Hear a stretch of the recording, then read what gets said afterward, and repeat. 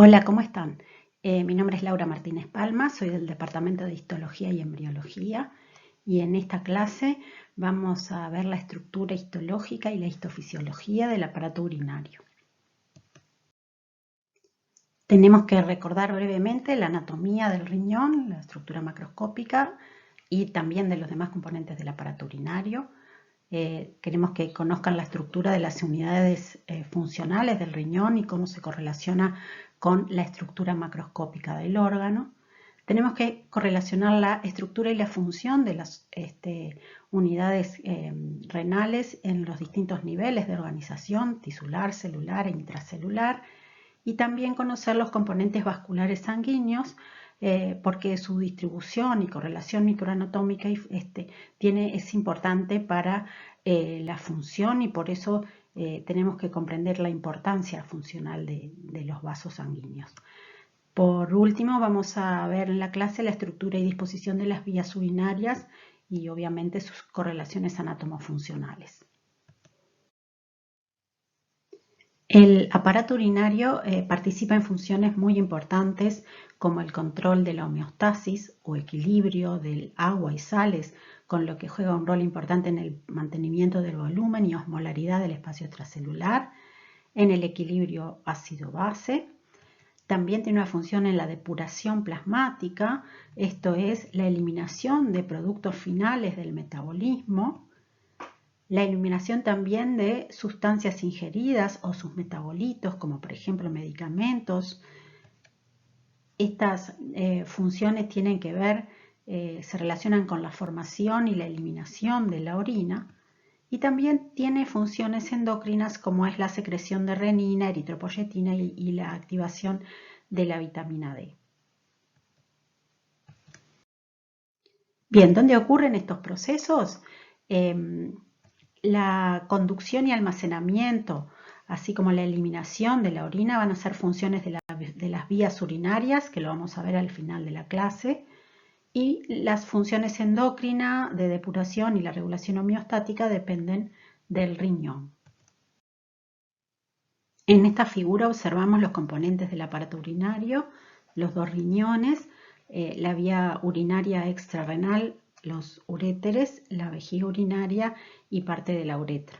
Se observan además los grandes vasos, la aorta de la cual emergen las arterias renales y la vena cava inferior que recibe las venas renales, las cuales van a participar en la irrigación sanguínea del riñón. Vamos a empezar con el riñón y primero vamos a ver algunos datos anatómicos. El riñón es un órgano par, aquí están representados los dos. Tiene una morfología ovalada, alargada, aplastada en sentido antero-posterior, con un sector convexo orientado hacia la parte lateral, es decir, hacia afuera, y un sector cóncavo orientado hacia adentro. En cuanto al tamaño, en el adulto, que es lo que representamos aquí a la derecha, tienen aquí una escala para darse una idea. Lo otro importante es que es un riñón multilobular, una lobulación que durante el desarrollo se puede observar. De hecho, esto que es de un feto a término, vemos la lobulación incluso desde la superficie. Existen especies con riñones unilobulares, con un solo lóbulo, como por ejemplo los roedores, pero en otras como el ser humano y otras más vamos a tener riñones multilobulares que, como decíamos, en el adulto vemos una fusión de esos lóbulos, por lo que la lobulación no se ve desde afuera, desde la superficie externa, y tampoco en el corte se observan tabiques muy importantes, aunque de todas maneras se adivina la lobulación como vemos aquí. En el sector cóncavo vamos a encontrar el ilio del riñón, que es el sitio por donde va a ingresar el pedículo renal, que va a constar de los vasos sanguíneos, arteria y venas renales, además de vasos linfáticos y nervios. Además, por allí va a emerger el uréter, que lo estamos viendo en la preparación de aparato urinario completo aquí a la izquierda. Viendo un poquito más de la configuración interna a nivel macroscópico, observamos que el riñón es un órgano macizo, es decir, un órgano parenquimatoso. En este sector es el que está inmediatamente después del ilio. Hay una cavidad que contiene las ramificaciones de los vasos más grandes y de las vías urinarias intrarrenales que vamos a ver después. Y que esta cavidad se llama seno renal y que contiene esas estructuras que dijimos antes rodeadas de tejido adiposo.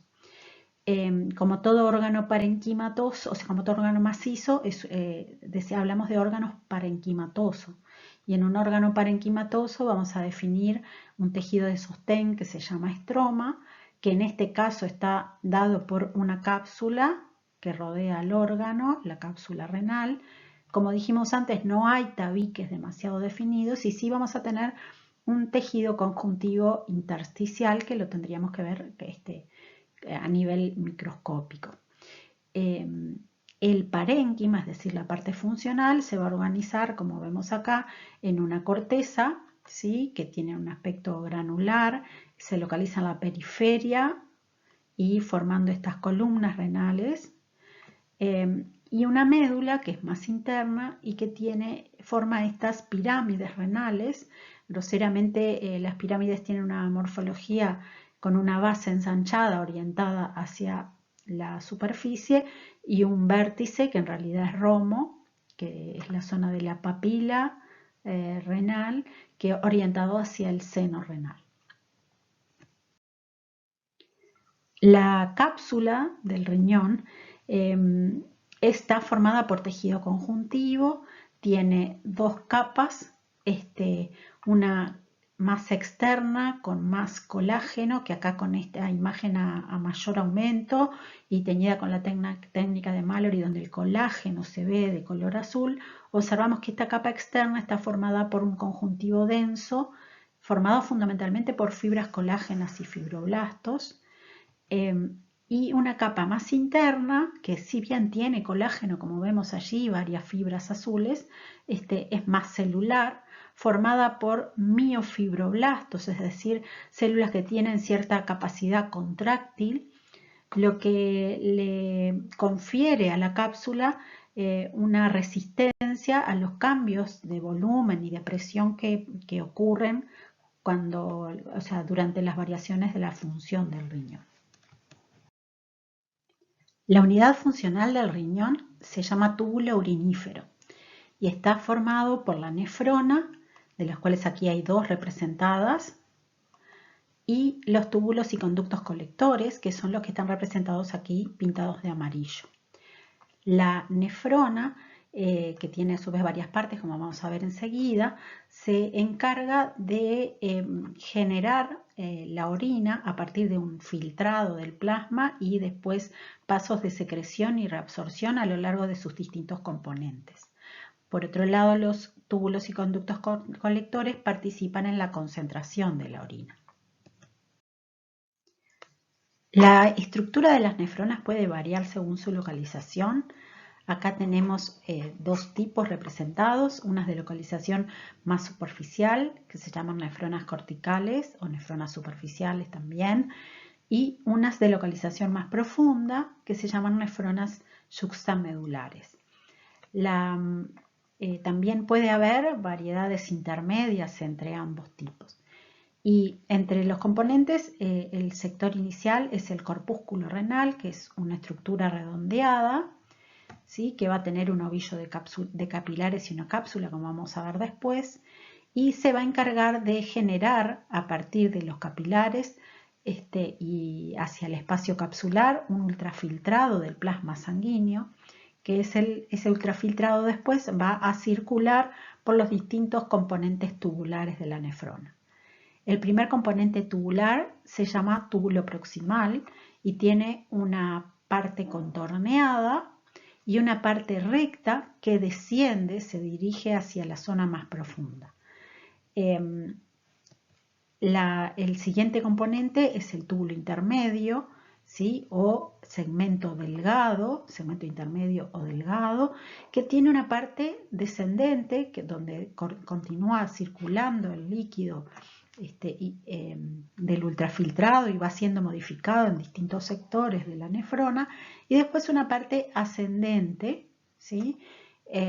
Donde el líquido empieza a circular hacia la superficie nuevamente.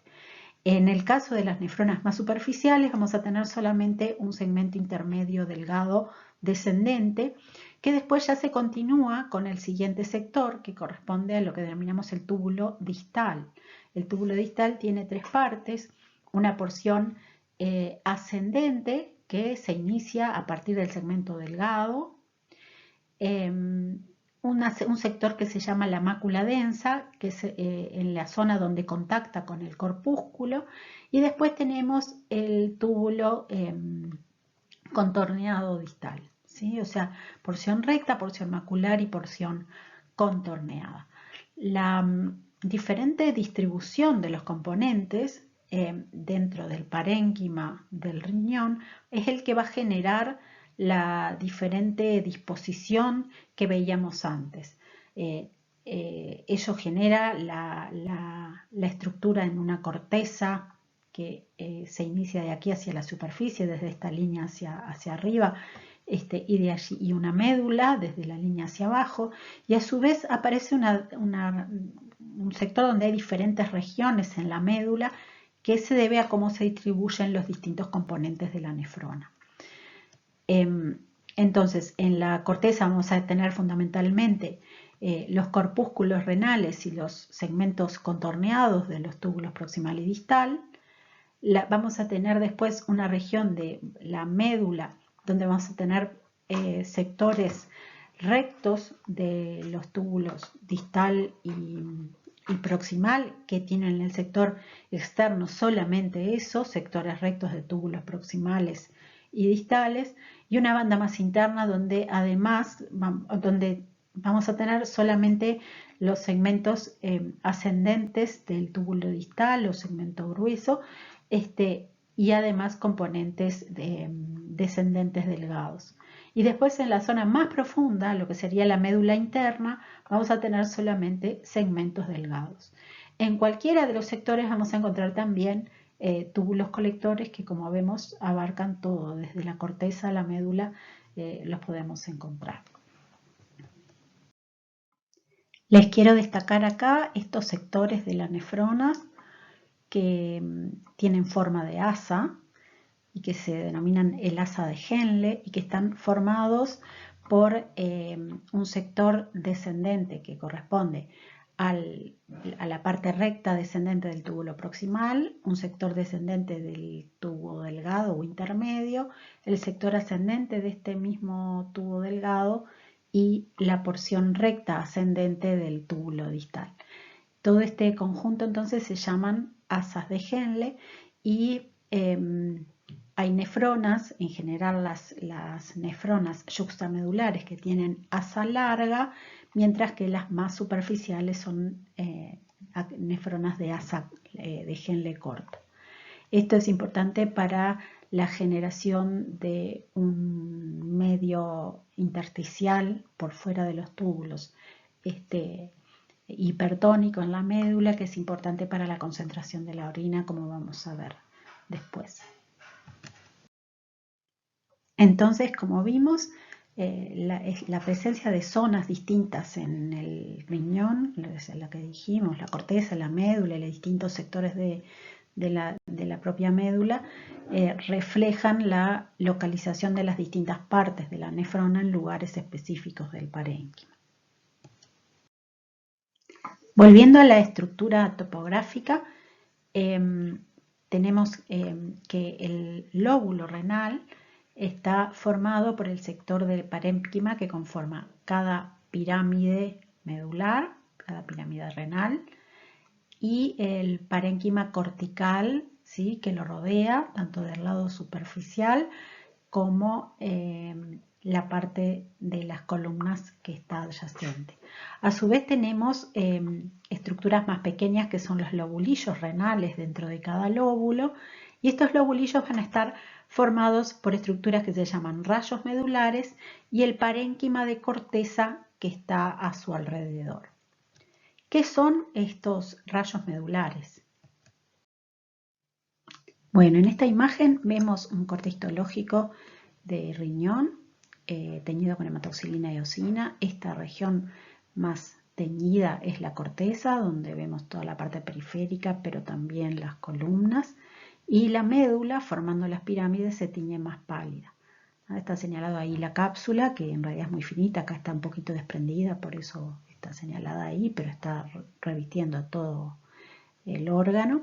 Y acá está el hilio renal, acá vemos un corte de una estructura vascular, y esta parte, como es toda esta cavidad, es el seno renal.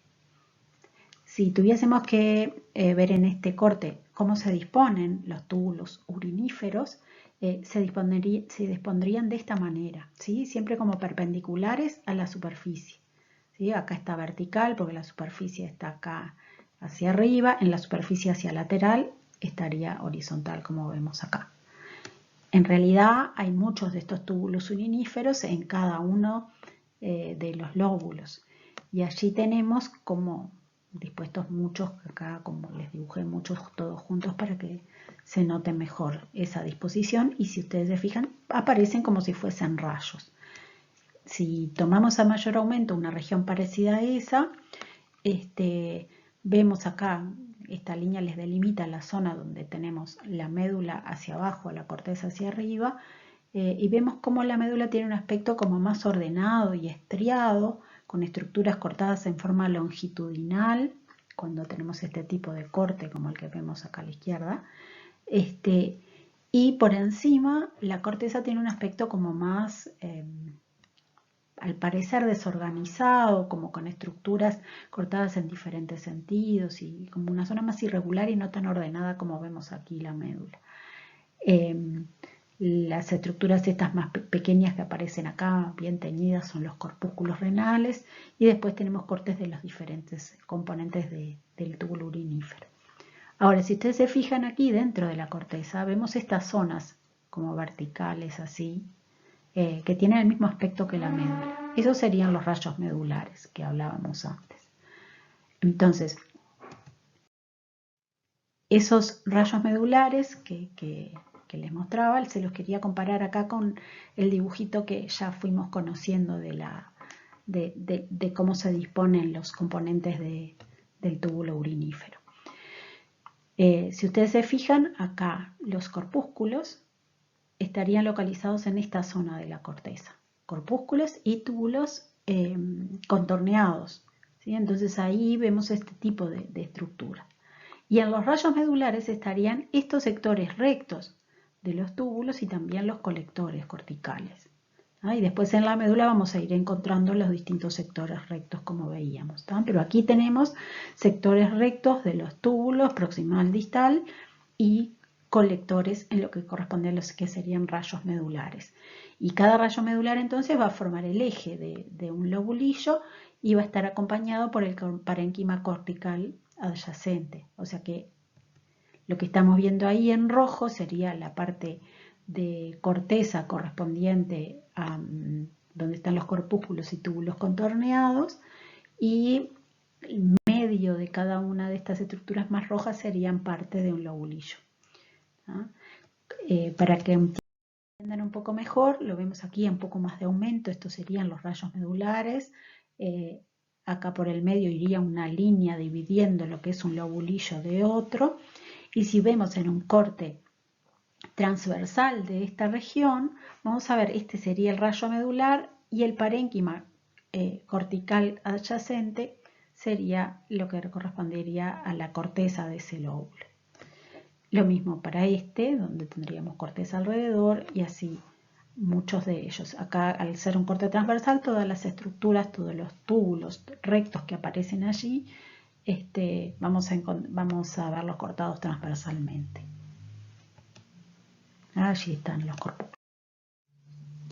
Bueno, dado que la función renal depende inicialmente de la formación de un filtrado a partir del plasma sanguíneo, la distribución de los vasos intrarrenales es de fundamental importancia. Por eso, antes de seguir con la estructura de los componentes del túbulo urinífero, vamos a ver cómo se disponen estos vasos. Esto es una arteriografía renal donde vemos la rama de la arteria renal, ¿sí? Que se dividen unas ramas, una anterior, otra posterior, y a su vez se van subdividiendo para irrigar todo el parénquima. Vamos a ver cómo se organizan estos vasos entonces. Bueno, la sangre va a circular a través del riñón, ingresando por la arteria renal y saliendo por la vena renal, ambas localizadas en el pedículo renal a nivel del ilio. Estas arterias renales van a ramificarse formando ramas segmentarias y a su vez interlobares que transcurren entre los lóbulos, y estas arterias interlobares van a dar origen a estas otras que se llaman arciformes porque tienen forma así, se transcurren formando arcos en el límite córtico-medular.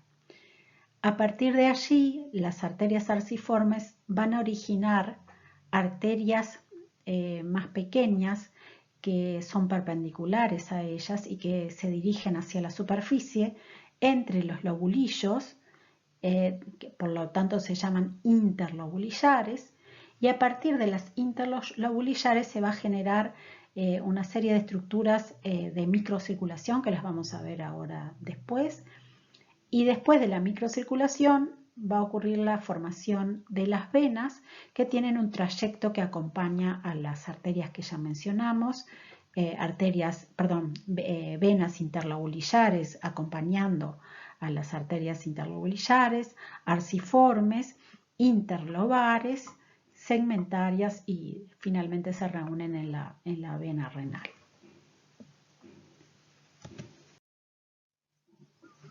Bueno, ¿y cómo es la microcirculación típica? En general va a haber una arteriola que se ramifica formando muchos capilares que estarían representados por este circuito aquí, que a su vez esos capilares se reúnen entre sí formando una estructura de tipo vénula, representada la sangre venosa en azul, la arterial en rojo como es convención.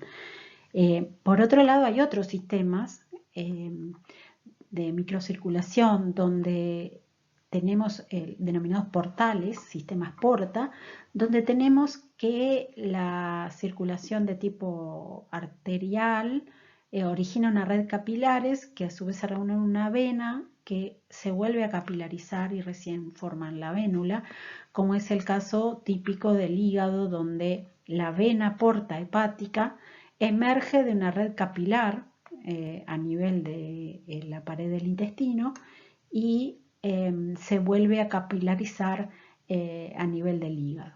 Envía un sistema portavenoso también a nivel de la hipófisis. En el caso del riñón, tenemos también un sistema porta, pero es un sistema porta arterial, donde la sangre llega por la arteriola aferente, que es rama de las interlobulillares, que ahora lo vamos a ver nuevamente. Esa arteriola aferente es aferente, o sea, de llegada a una red de capilares, que son los capilares glomerulares. Hay una arteriola eferente y una nueva red de capilares que corresponde a los vasos rectos o a la red que vamos a ver peritubular. Recién después de allí se origina una vénula.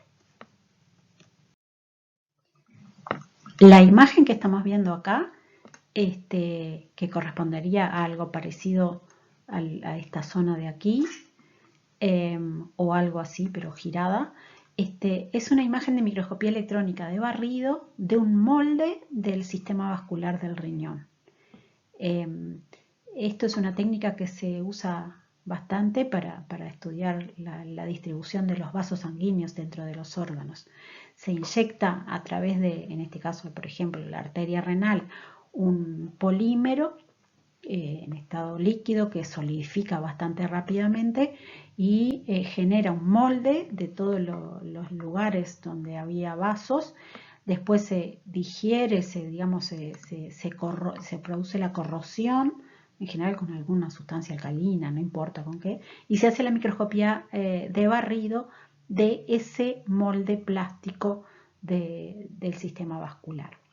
Y como vemos acá, tenemos Reconocemos ahí una zona como límite ahí, y en este sector hay vasos sanguíneos de disposición bastante recta y ordenada, que en realidad vamos a ver que acompañan a los sectores rectos que aparecen en la médula de los túbulos uriníferos, y en la corteza vamos a ver una distribución en redes capilares, y también es estas estructuras redondeadas que les remarqué allí, que acá hay otra que no la marqué, pero para que las vean, que corresponden a los glomérulos capilares de los corpúsculos renales. Esto es otra técnica que también se usa bastante. Acá tenemos el preparado con amatoxilina y eosina para tener una referencia. Ahí están los corpúsculos, los rayos medulares. Y esto que vemos acá es una preparación en la cual no está teñida después de la realización del corte histológico, sino que previo al procesamiento de las muestras se inyecta en el sistema vascular, en este caso una preparación de carmín gelatina, que cuando solidifica genera la imagen del árbol vascular. Y en los cortes vamos a ver este tipo de imágenes. Esto sería una arteria interlobulillar en la corteza que iría por acá, por ejemplo, ¿no? O sea, en el preparado, iría a esta altura. Y esa arteria interlobulillar va a ir dando ramas, ¿sí?, que se capilarizan formando los glomérulos capilares, ¿sí? A partir de esos glomérulos capilares va a salir una rama que es eferente porque sale de los glomérulos y forma redes capilares peritubulares, o también puede formar en los glomérulos que están más cercanos a la médula, puede formar una red capilar recta de vasos rectos que van a irrigar la médula. Acá vemos a mayor aumento a nivel de la corteza. Acá aparece un pedacito de una arteria interlobulillar y una rama de esa arteria interlobulillar, que es la arteriola aferente, se capilariza formando el glomérulo u ovillo capilar, y a partir de esa red de capilares aparece esta arteriola eferente. Algunas de las arteriolas eferentes se capilarizan en la corteza formando esta red de capilares, ¿sí?, una red capilar peritubular, o sea que queda rodeando a los túbulos de la corteza. O sea, en este caso una red capilar peritubular cortical. Y aquí vemos nuevamente en un molde plástico, acá tenemos la referencia del preparado con gelatina carmín, los corpúsculos, los glomérulos, que ahora después vamos a ver que forman parte de los corpúsculos renales, los ovillos de capilares, que están localizados entre esta red de capilares, que es la red capilar peritubular. Acá, en que está más aislado, vemos el ovillo de capilares, la arteriola aferente, en general reconocible porque es un poquito más gruesa, y la arteriola eferente. Bien, entonces, ¿cómo se va a ir organizando la microcirculación? Decíamos, acá está la arciforme representada, ven en el dibujo, la arteria interlobulillar. Esa arteria interlobulillar va a ir dando ramas que son las arteriolas aferentes a los glomérulos. Esos glomérulos van a originar arteriolas eferentes que se van a capilarizar formando la red capilar peritubular cortical. Algunas de esas arteriolas eferentes, como es el caso de este glomérulo que está cercano a la médula, va a originar una red capilar formada por vasos rectos, ¿sí? Ven aquí, por ejemplo, están los corpúsculos en la zona cercana a la médula. Acá está el arciforme en el límite córtico-medular. aquí están las redes capilares peritubulares y todos los corpúsculos en la corteza, y aquí tenemos los vasos rectos. Esos vasos rectos van a tener un trayecto descendente, algunos de ellos, y desde las arteriolas eferentes también de las arteriolas eferentes también pueden ir hacia la médula formando una red capilar peritubular medular.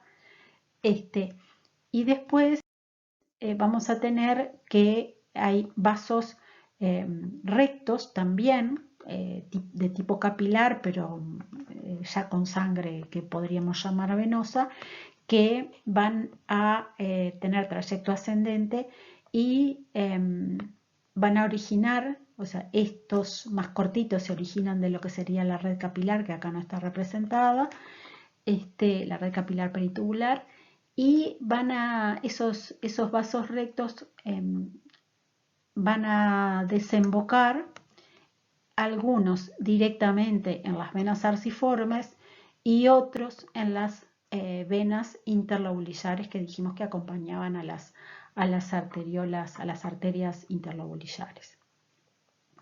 La red capilar peritubular cortical va a desembocar, algunos de ellos, las más superficiales, en un plexo venoso cortical, otros directamente en las venas interlobulillares.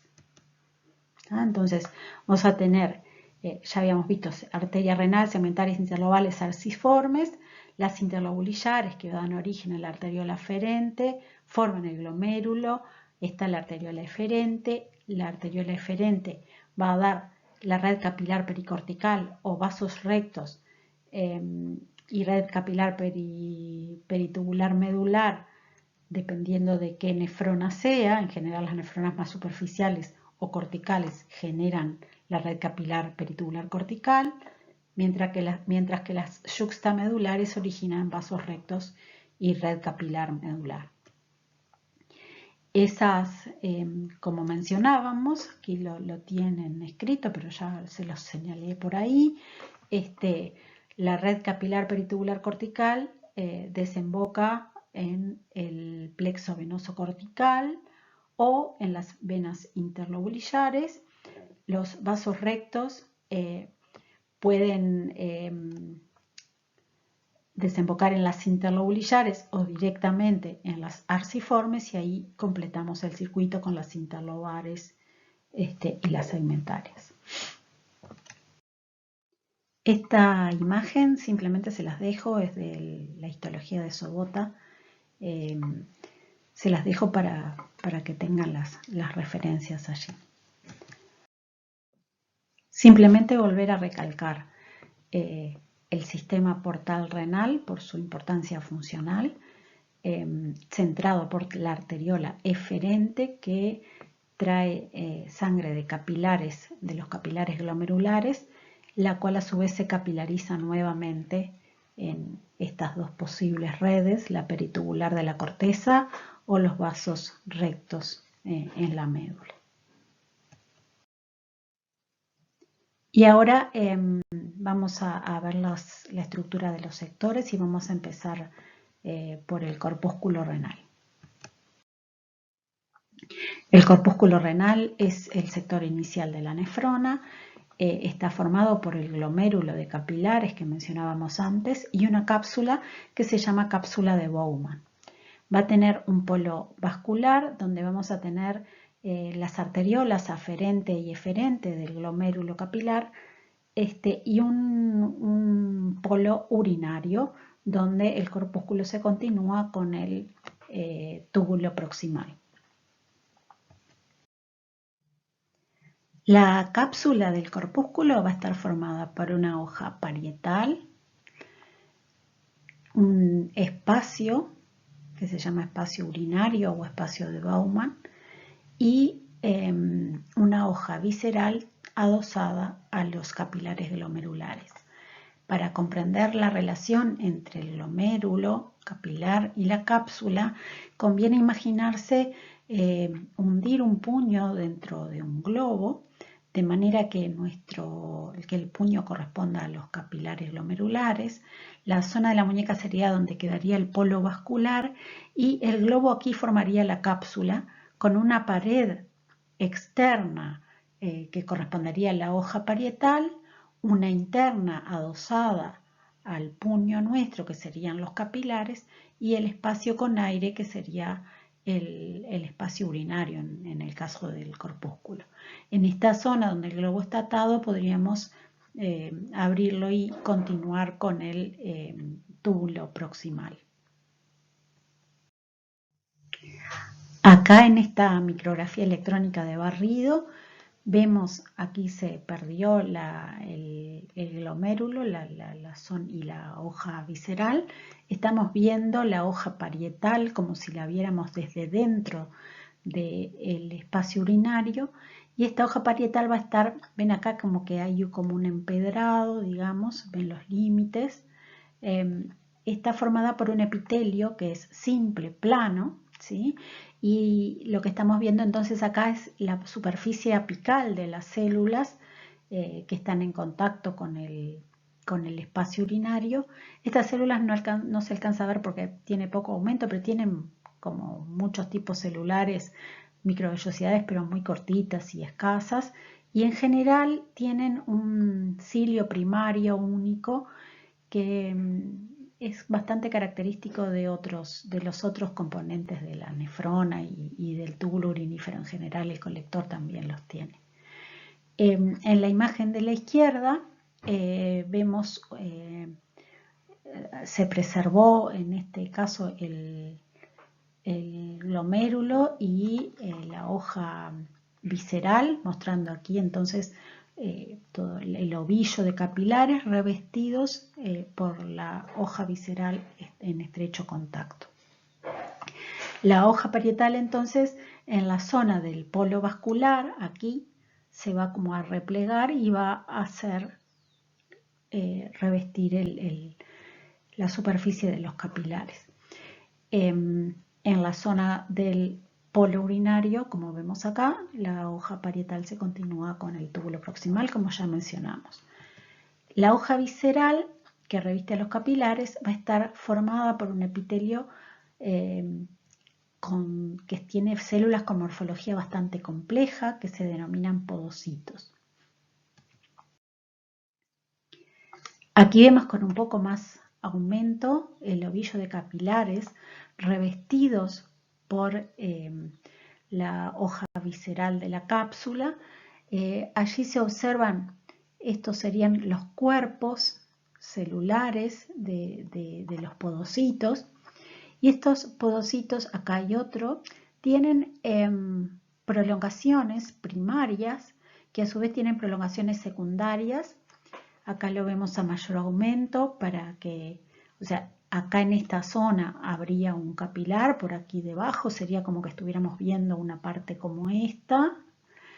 Aquí sería entonces un capilar y se pseudo colorearon acá un podocito en verde, acá uno en lila y acá uno en rojizo, para poder tener más detalle. Vemos cómo los podocitos tienen prolongaciones primarias y a su vez prolongaciones secundarias, ¿sí?, que se entrelazan entre sí en esta región. Estas prolongaciones secundarias se llaman pedicelos y son las que van a estar en estrecho contacto con la luz, con la pared del capilar. Acá estamos observando a los podocitos y a todas sus prolongaciones como si las estuviésemos viendo desde el espacio urinario.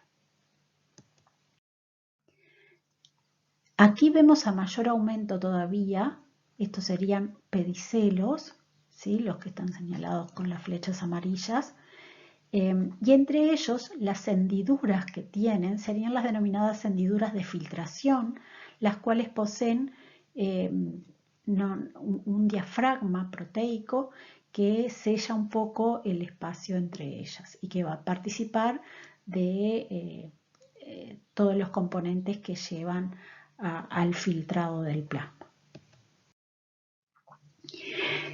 Cuando observamos un corte, en microscopía electrónica de transmisión ahora, imagínense, acá tenemos un capilar. Imagínense que fuese este capilar que está pasando aquí, si yo lo corto y lo miro desde el costado, digamos. Acá tenemos el cuerpo celular del podocito, sus prolongaciones primarias, que son las que están señaladas con las flechas amarillas, y cómo esas prolongaciones primarias terminan formando una prolongación secundaria o pedicelo, pero en sí estas prolongaciones primarias, acuérdense que dan varias a lo largo de ellas, ¿no? O sea, como que si cortamos por acá, esta prolongación, hay un pedicelo que está justo en continuidad, pero va a haber otros que van a estar en otros planos. Y después tenemos otros pedicelos que sean probablemente de otros podocitos. Algunos podrán ser del mismo, pero otros serán de otros, como lo vemos acá en la microscopía de barrido, ¿sí? Donde se entrelazan pedicelos de podocitos diferentes. Entonces, acá tendríamos el espacio urinario y aquí la luz capilar. En un poco más aumento vemos un sector de un podocito, ¿sí? Justo acá el corte pasó por el núcleo, pero en este caso no. Y vemos los pedicelos, estos que son parte de este mismo podocito y otros que serán de otro. Y ahí les aparece como pintado. Estos podrían ser de este, capaz que hay alguno del mismo y hay otros de otros podocitos. Entonces, cualquier molécula que tenga que pasar desde la sangre hacia el espacio urinario va a tener que atravesar todos estos componentes. Es decir, para pasar desde la sangre hasta aquí, va a tener que atravesar el revestimiento del capilar, que es un endotelio, un epitelio simple plano, que además tiene estos poros, ¿sí? Una lámina basal, que acá vemos como una línea, pero que a su vez tiene un sector, como ahora vamos a ver, más denso en el centro y dos sectores más electronlúcidos. Y después va a tener también que atravesar, después que atravesó por el poro de la pared del endotelio, por la lámina basal, va a tener que atravesar las hendiduras de filtración entre los pedicelos, las cuales a su vez tienen un diafragma. Todos esos componentes van a ser los que forman la barrera de filtración entre la sangre, ¿sí? Y el espacio urinario. Acá de los componentes de la barrera de filtración, ¿qué vamos a observar? ¿Cómo son esos capilares? ¿Cómo está compuesta esa barrera? Que un poco ya lo fuimos mencionando. Pero, ¿cómo son esos capilares? Acá estamos viendo acá un corpúsculo donde está abierta la hoja parietal y ven que en algunas partes está como roto. Acá estamos viendo una parte de esas que están rotas, entonces está abierto para poder ver el interior de un capilar. Acá hay un glóbulo rojo, o sea, esto sería la luz. Y si observan acá, está abierto toda esta parte, esto sería la pared del capilar. La pared capilar tiene como estos bordes así, muchas veces estos bordes están entre las células endoteliales en la zona de la unión, pero tienen estos sectores muy porosos, ¿sí? Fenestrados se llama, cada los poros se llaman fenestras y por eso son capilares de tipo fenestrado. Eso implica que va a haber un pasaje bastante libre entre la sangre y el exterior del endotelio. Acá lo que ven es los pedicelos, ¿no? Acá están como, en esta parte no se preservaron, como que se quebró ese sector y acá sí, de este lado sí lo vemos, ¿no? Y los pedicelos. Entonces, los componentes de la barrera de filtración van a ser el endotelio capilar glomerular, en ese orden, ¿no? El endotelio capilar glomerular, la membrana basal glomerular, ¿sí? Acá los tenemos, los vamos viendo y acá con mayor aumento. Y los podocitos, en realidad los pedicelos de los podocitos con sus diafragmas, o sea, formando las hendiduras de filtración. Bien, ¿qué nos queda? Un poco ver la membrana basal glomerular. Bueno, la membrana basal glomerular va a estar compuesta a nivel de microscopía electrónica por una región central más densa a los electrones, que se llama la lámina densa, compuesta fundamentalmente por colágeno tipo 4 y otras proteínas adhesivas. Y dos láminas, una en contacto con el endotelio y otra con los pedicelos, que se denominan láminas raras, una interna contra el capilar y otra externa contra los pedicelos. Estas láminas raras están formadas por un alto contenido de glúcidos proteoglicanos de tipo heparansulfato, por ejemplo, que le confieren una carga negativa. Entonces, de esta manera, la lámina basal genera una barrera física, ¿sí? Que de repente no hay tanta barrera en la pared celular endotelial, y sobre todo, además de esa barrera física por formar un entramado proteico, al tener tantas cargas negativas por los proteoglicanos, van a repeler a las proteínas que en la mayor parte tienen cargas positivas. Entonces eso va a hacer que las proteínas permanezcan en el plasma. Otra cosa que es interesante es que dada la cantidad de proteoglicanos, o sea, cuando se hace una técnica para evidenciar glúcidos, como es la técnica de Paz, los componentes glucídicos, como las láminas basales de los capilares, además de otras basales como vemos en el resto, pero ahí están señalados, ahí un corte transversal de un capilar, acá un corte más oblicuo. Ven como es que estas líneas son Paz positivas.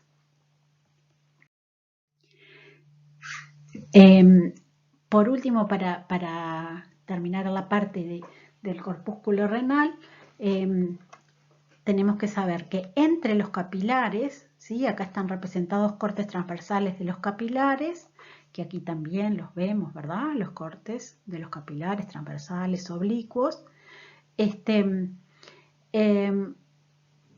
Vamos a tener, o sea, que están revestidos en su mayor parte, como vemos, por los pedicelos, ¿sí? Pero entre ellos, en la zona donde no van a estar revestidos por los pedicelos, van a tener un tejido, una estructura que se llama mesangio y que está formado por células y matriz extracelular. Las células estas mesangiales, o sea, el mesangio en general, va a tener función de darle sostén al ovillo de capilares. Estas células mesangiales son las que sintetizan la matriz mesangial, que es, como ven ahí en las flechas, Paz positiva también, y van a estar encargadas del mantenimiento de la membrana basal glomerular desde el lado endotelial, sintetizando componentes, tienen función fagocítica, por lo que también degradarían y eso sirve para un mantenimiento y un recambio. Y además tienen una importancia patológica porque en algunas condiciones estas células pueden proliferar. Imagínense si estas células proliferan, este intersticio, este mesangio entre los capilares, va a alterarse, va a generarse mayor rigidez, se van a comprimir los vasos, eso va a impedir el flujo, va a aumentar la presión en los demás porque la presión se tiene que repartir y eso genera que estos corpúsculos se empiecen a lesionar. ¿Sí? Eso es un tipo de lesión que se puede encontrar. Bien, ahora vamos a pasar a la estructura de los demás componentes y vamos a empezar por el túbulo proximal. Estos túbulos proximales se van a encontrar localizados en la corteza, su parte contorneada, y en la médula o en los rayos medulares la parte recta. ¿Sí? ¿Se acuerdan que tienen dos sectores? Acá estamos mostrando un túbulo proximal en continuidad con la cápsula de un corpúsculo, y acá tenemos cortes, en este caso transversal, o también cortes oblicuos de otros túbulos, de otros sectores, que van a ver una gran cantidad, ¿no? O sea, aquí, como es contorneado, vamos a ver cortes en diferentes sentidos. El túbulo proximal tiene un epitelio simple, cuboideo. ¿Se acuerdan que se continuaba con el de la hoja parietal del corpúsculo, que era simple plano, y ahora se nota muy bien un cambio brusco entre ese epitelio plano a un epitelio cuboideo?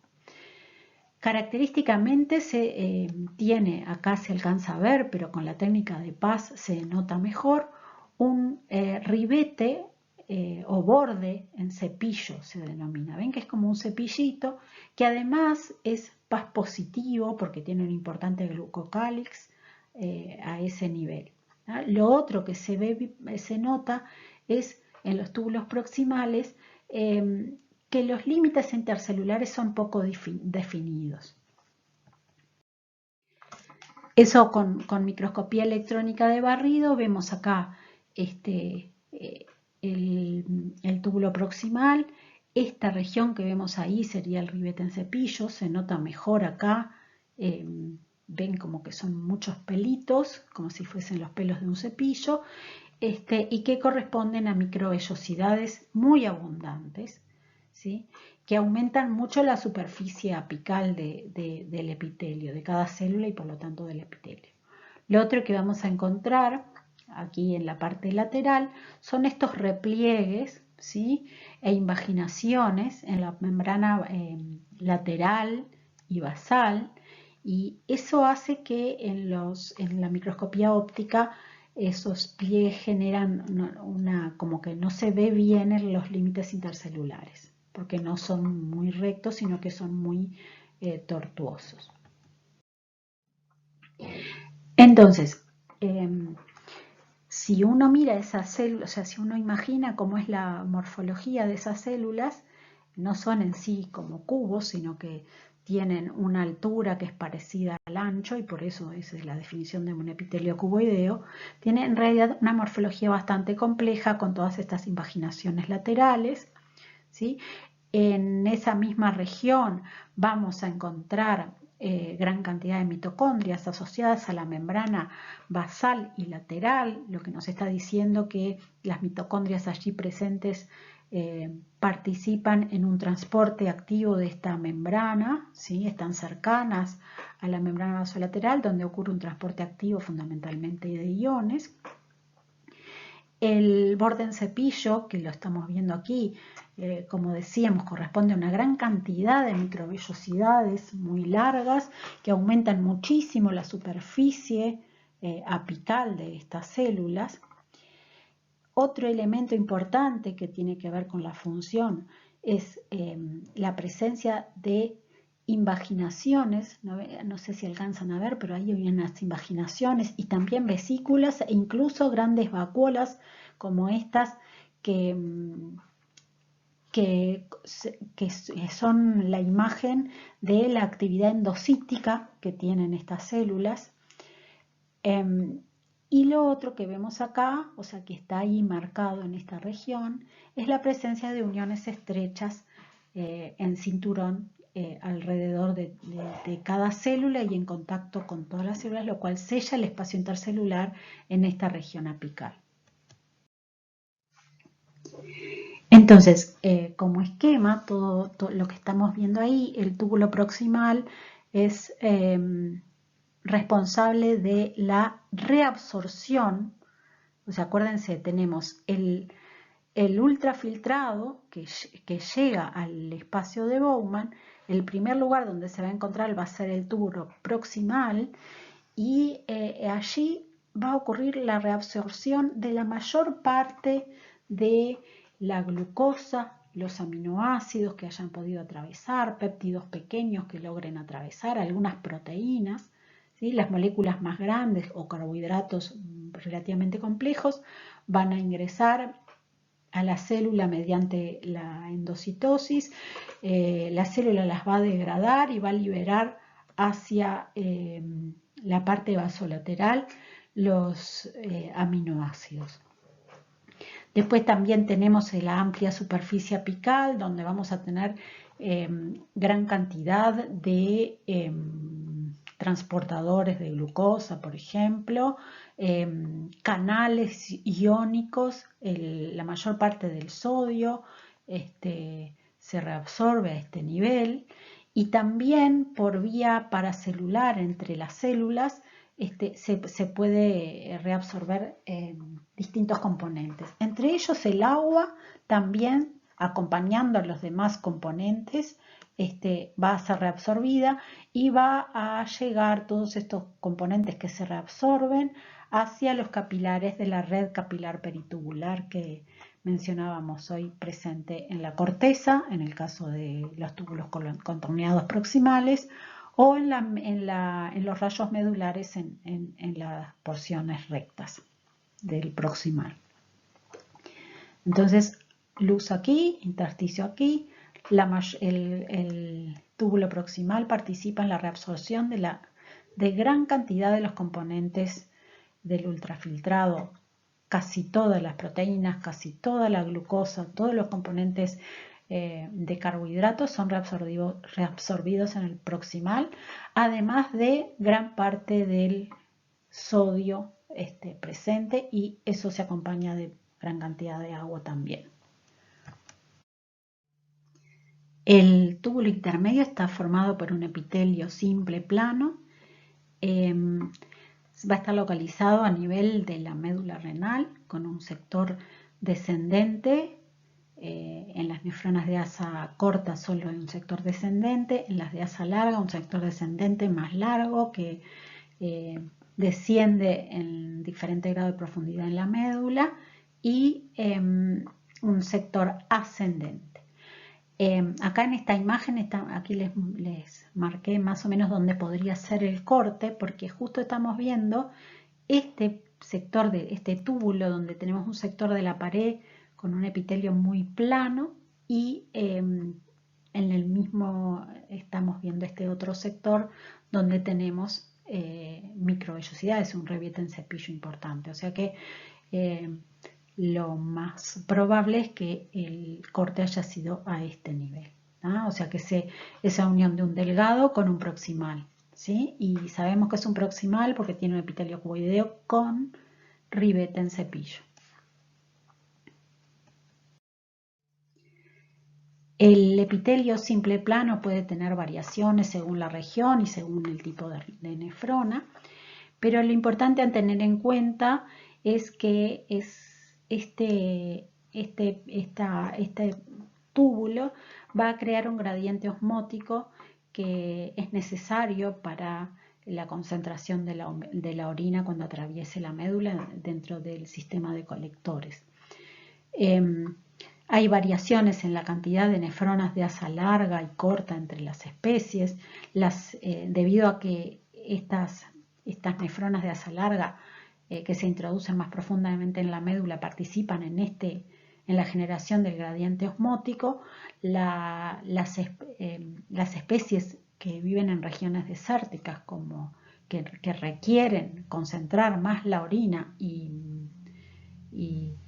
retener más agua, van a tener mayor cantidad de nefronas de asa larga. Bien, y sin entrar en mucho detalle, porque lo van a ver mejor en fisiología, el asa de Henle, incluyendo este segmento intermedio, va a participar en la generación de un intersticio hipertónico en la médula con un gradiente que va a ser el que va a permitir la concentración de la orina. Acá tenemos un corte de la médula renal ahora a nivel de la banda interna. Nos damos cuenta porque encontramos túbulos colectores, túbulos distales, hay vasos sanguíneos también y hay segmentos delgados. Y en la médula interna vamos a encontrar fundamentalmente colectores, asas delgadas y, bueno, y capilares como siempre. Con respecto al túbulo distal, va a tener, como ya dijimos, las tres porciones. Las porciones recta y contorneada van a tener una estructura similar con un epitelio cuboideo parecido al del epitelio proximal, pero del túbulo proximal, perdón, pero sin ribete en cepillo y sin invaginaciones luminales y vesículas endocitosis. Sí tienen importantes invaginaciones basales y mitocondrias asociadas a esa membrana, lo cual nos hace pensar que también tienen un transporte activo de iones. Y esto es un poco lo que se refiere a esas funciones. Va a haber una reabsorción de sodio fundamentalmente y excreción de potasio, y sobre todo en la parte más distal, digamos, más cercana al colector, van a participar en la acidificación de la orina. Con respecto al sistema de colectores, vamos a encontrarlos localizados en cualquier sector del parénquima. Van a estar formados, aquí los vemos en un corte de la médula profunda, de la médula interna, y característicamente van a tener un epitelio simple que tienen límites intercelulares bien definidos y que va a estar formado por dos tipos celulares. Ese epitelio, cuanto más profundo en la médula, van a ser túbulos de mayor tamaño, y a su vez también el epitelio va a ir aumentando de altura, haciéndose prácticamente cilíndrico, como vemos acá, en la zona de los conductos de mayor tamaño.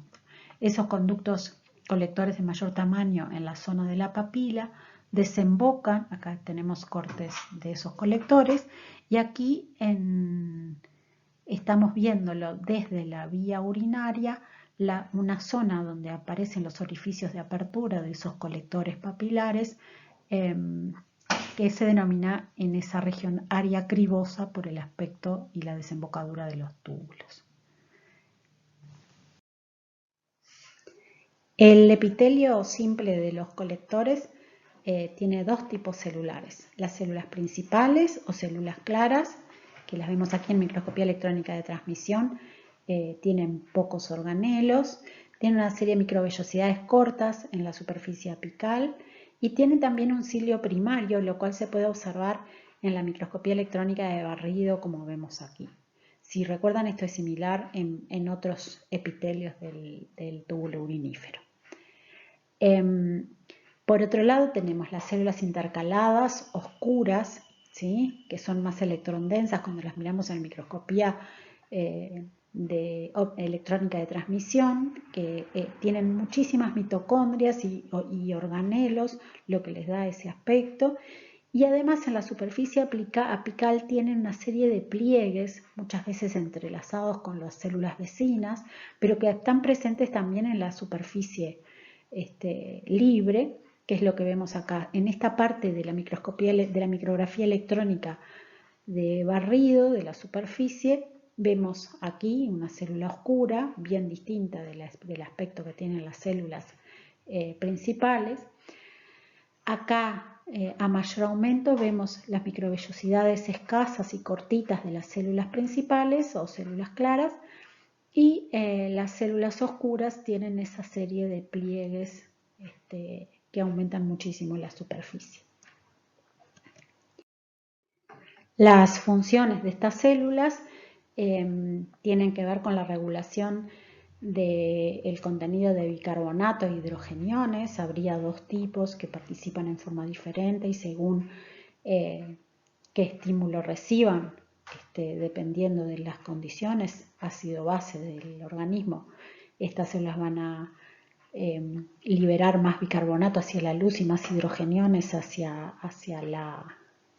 la sangre, o viceversa, acidificando la orina, dependiendo de cuál sea lo que tienen que regular, o sea, del estado, si hay una acidosis, por ejemplo, o sea, es una alteración. Y por otro lado tenemos las células principales que son las responsables de que frente a la hormona antidiurética van a tener mayor o menor permeabilidad al agua, y eso va a hacer que cuando actúa la antidiurética sobre las células principales, eso ocurre también en la parte terminal del túbulo distal, se va a permitir la reabsorción, o sea, la antidiurética va a permitir la permeabilidad al agua, lo cual va a hacer que se reabsorba agua desde el intersticio hipertónico hacia afuera. Eso va a concentrar la orina y por lo tanto por eso es el nombre de antidiurética que tiene la hormona, ¿sí? Cuando no está presente la hormona antidiurética, entonces la orina va a ser hipotónica, ¿sí? Que es lo que ocurre en algunas patologías, ¿sí? Lo que se denomina la diabetes insípida, porque se orina mucho, porque no se logra concentrar y se requiere ingerir grandes cantidades de agua. Ese proceso de concentrar la orina, como ya habíamos mencionado, depende del sistema de intercambio a contracorriente que depende de la asa de Henle y que ustedes van a ver mejor en fisiología. Antes de continuar con las vías urinarias, vamos a volver un momento al túbulo distal, al sector de la mácula densa, que es la región que queda en contacto con el polo vascular del glomérulo, o sea, en contacto con el glomérulo. Allí la mácula densa forma parte del aparato yuxtaglomerular, que además está compuesto por las células yuxtaglomerulares que forman parte de la pared de la arteriola aferente y por las células del mesangio extraglomerular que quedan entre los vasos aferente y eferente. En el caso de la mácula densa, como decíamos, es parte del túbulo distal. Acá reconocemos al túbulo distal el aspecto que tiene su epitelio cuboideo, simple, con límites intracelulares poco definidos. Ya vimos por qué. Esto que aparece acá son abundantes mitocondrias. Y en la región que contacta con los vasos aferentes y eferentes al glomérulo, el epitelio cambia, aumenta un poco de altura, las células se hacen más cilíndricas, los núcleos entonces quedan más juntos. Eso en la microscopía óptica que tenemos aquí al lado se nota, una mayor densidad de los núcleos dispuestos a ese nivel. Y los otros componentes del aparato yuxtaglomerular que tenemos son las células del mesangio extraglomerular, que tenemos aquí algunas, y acá tenemos parte de la pared de la arteriola aferente, donde esta célula es una célula yuxtaglomerular que la reconocemos por la gran cantidad de gránulos electrondensos que tiene en el citoplasma. En realidad es parte de una de esas células. Aquí en este esquema tenemos todos los componentes del aparato yuxtaglomerular, las células de la mácula densa, por su posición, su disposición, pueden censar la composición del filtrado glomerular luego de que ya pasó por el asa de Henle, por ejemplo, a ese nivel. Esa información que recaban pueden transmitirla a los demás componentes del aparato yuxtaglomerular y fundamentalmente a las células yuxtaglomerulares, que son como células musculares lisas de la pared de la arteriola modificadas que producen la renina en respuesta a las señales recibidas por la mácula densa, dependiendo de la composición del filtrado glomerular a ese nivel.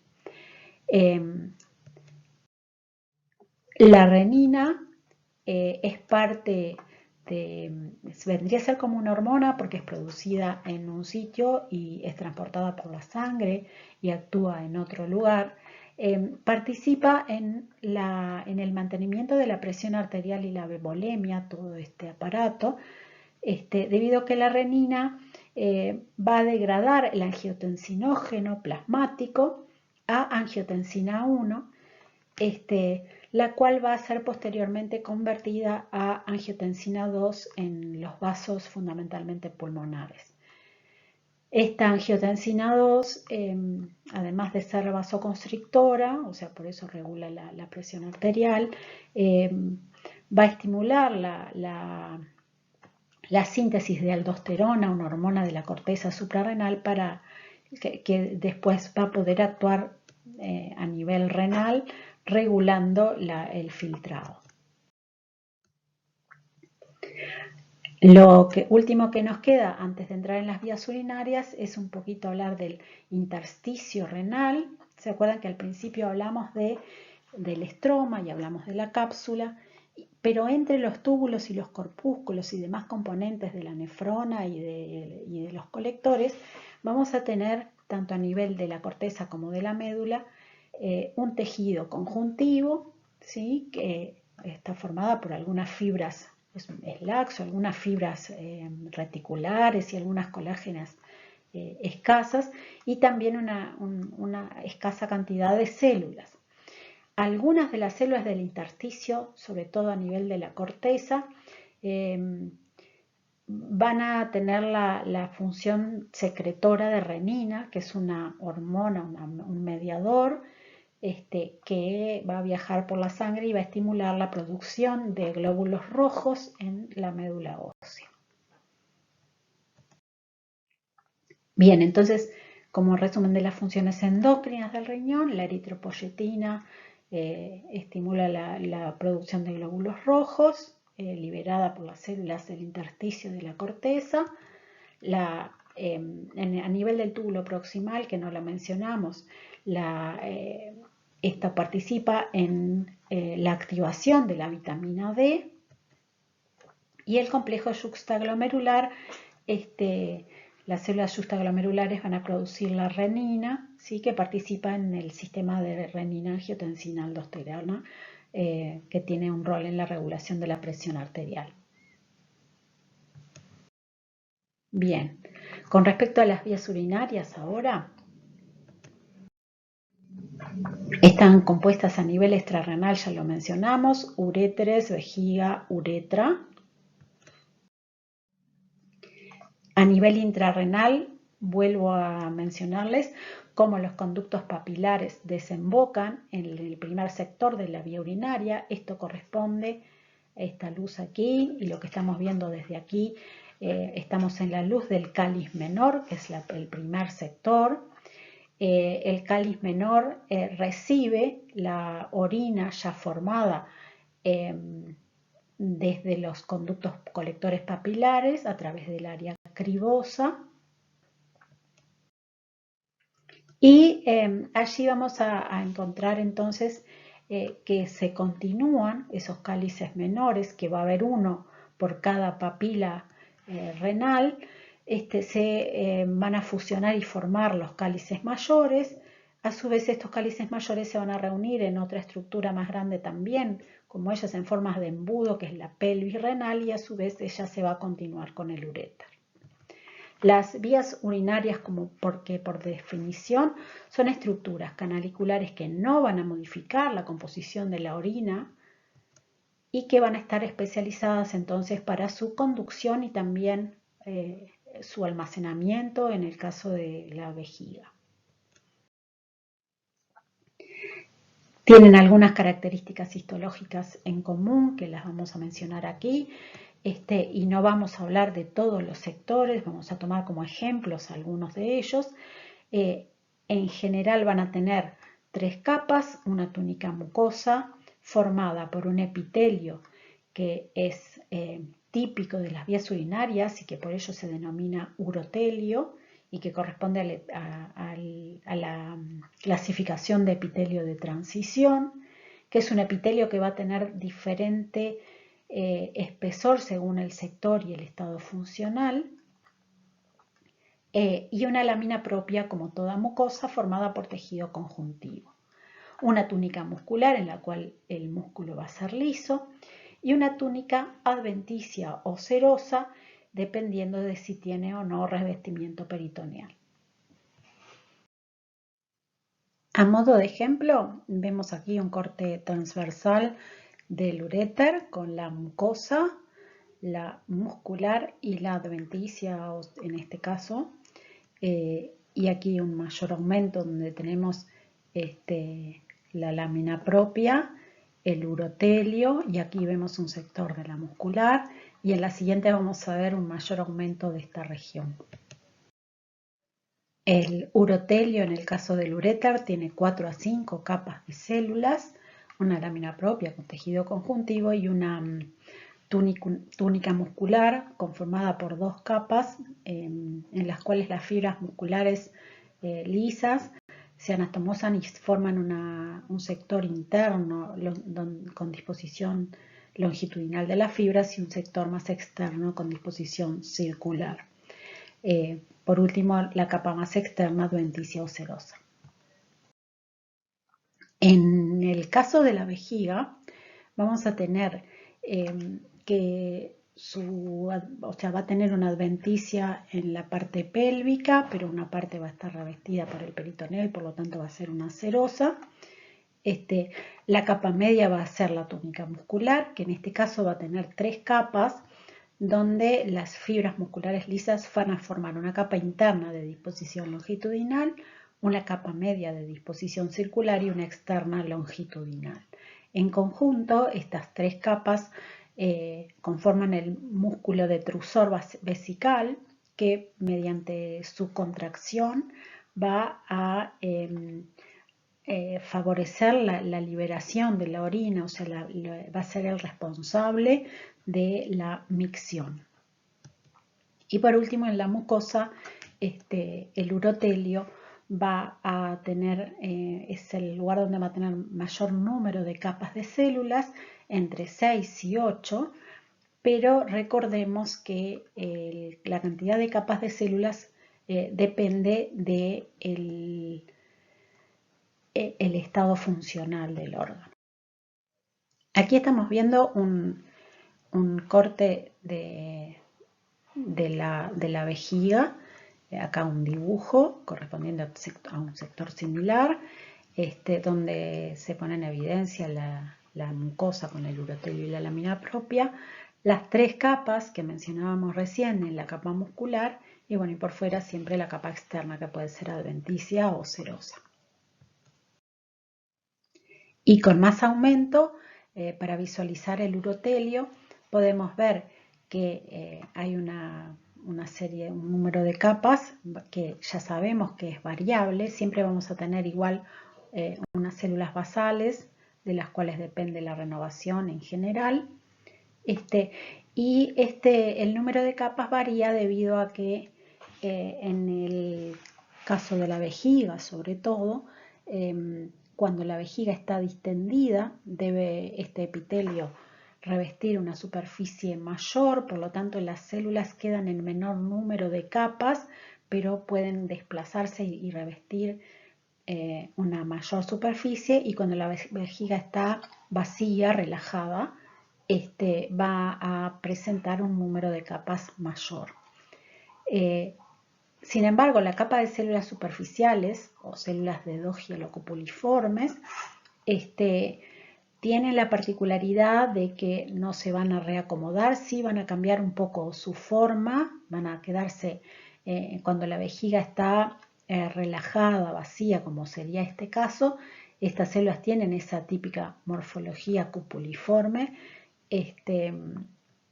pero cuando la vejiga está distendida son más aplanadas y a su vez están unidas por uniones ocluyentes muy herméticas entre sí, lo cual permite a estas células formar una barrera entre la orina que contienen y el espacio extracelular a nivel de la mucosa, impidiendo que se haya intercambio entre la orina que está en su interior y en la pared vesical. Y estas células cupuliformes tienen en su sector apical, en la parte apical de la membrana, una serie de vesículas que llaman la atención, que en realidad tienen esta morfología, son como fusiformes cuando la vejiga está relajada, ¿sí? Que es lo que vemos aquí en el dibujo. En realidad esas vesículas serían como invaginaciones que permiten que esta membrana quede como entre comillas guardada mientras las células están más altas y revisten menor superficie, y que cuando la vejiga se distiende, la célula pueda aplanarse y tener una superficie mayor, debido a que este sector de las placas se expone a la superficie, ¿sí? Hay también aquí regiones interplacas, que los que tenemos allí, que serían las que están siempre expuestas a la superficie, aunque la vejiga esté contraída, como vemos acá. Lo otro que llama la atención es la presencia de elementos del citoesqueleto en relación a esos sectores de las placas de la membrana, que van a ser los responsables del mantenimiento de la estructura y a su vez del permitir el cambio de forma, que permite a la célula aplanarse y a la membrana también aplanarse para revestir la mayor superficie cuando la vejiga esté distendida. Y eso sería lo último. Aquí tenemos la bibliografía que les recomendamos, como siempre. Y espero que les haya servido la información de la clase. Les agradezco entonces por prestar atención. Muchas gracias.